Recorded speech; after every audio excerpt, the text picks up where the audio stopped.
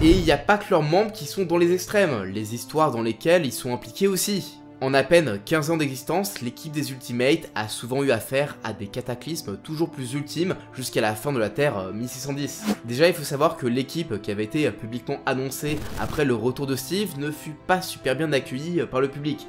Enfin, du moins, au début. Et en même temps, imaginez une équipe de super-héros en collant qui coûte quand même 3 fois le budget de la défense nationale, mais n'affronte aucun danger puisque, tout va bien.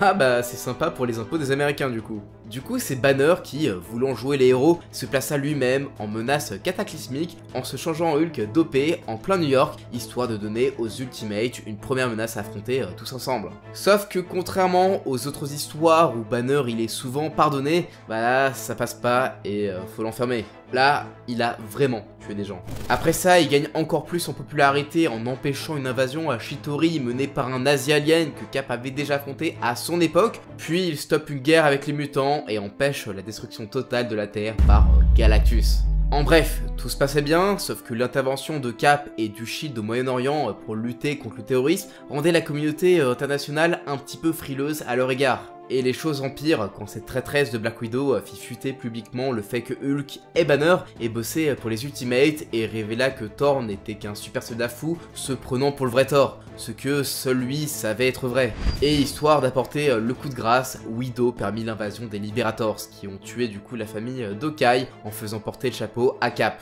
Après leur victoire, les Ultimates sont assez lassés de bosser avec le gouvernement et décident du coup d'agir en indépendant. À cette période, Ultron tente de remplacer les Ultimates par amour pour Scarlet Witch, mais finit par la tuer de jalousie avant que son frère ne soit le suivant. Un double meurtre qui n'a pas trop plu à Papa Magneto, qui décida une fois de plus d'anéantir la race humaine. Ainsi, il inversa les pôles magnétiques de la Terre, créant des giga-tsunamis.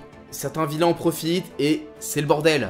La guêpe se fait littéralement bouffer par une espèce de glouton, Thor sacrifie sa vie humaine pour sauver Captain et Valkyrie d'un coma, et Hank se sacrifia en emportant une horde de Multiple Man kamikaze le plus loin possible de la base du Shield. Heureusement, avec l'aide des X-Men, Magneto fut vaincu et même tué par Cyclope, mettant un terme au bordel et forçant les Ultimates à accueillir de nouveaux membres, devenant les New Ultimates.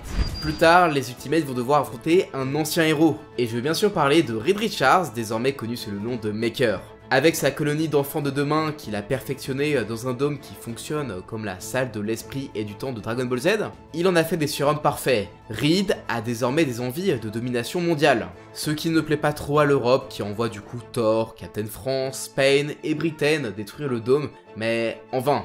Richards en profite pour utiliser les pouvoirs de Thor pour envahir Asgard, du coup il tue les dieux et ça permet du coup à ses enfants de drainer Yggdrasil. Et comme ça ne suffisait pas, The Maker relâcha une vague d'antimatière sur Washington, tuant le président, son cabinet et les membres du Congrès au passage.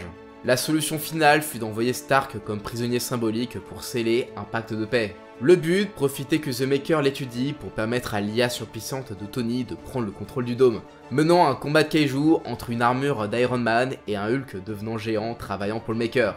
Un Maker qui fut heureusement stoppé par Sue Storm, ce qui ne l'empêchera pas pour autant de refaire parler de lui et de réussir à revenir sur sa terre même après Secret Wars, mais ça on en parlera peut-être dans une autre vidéo.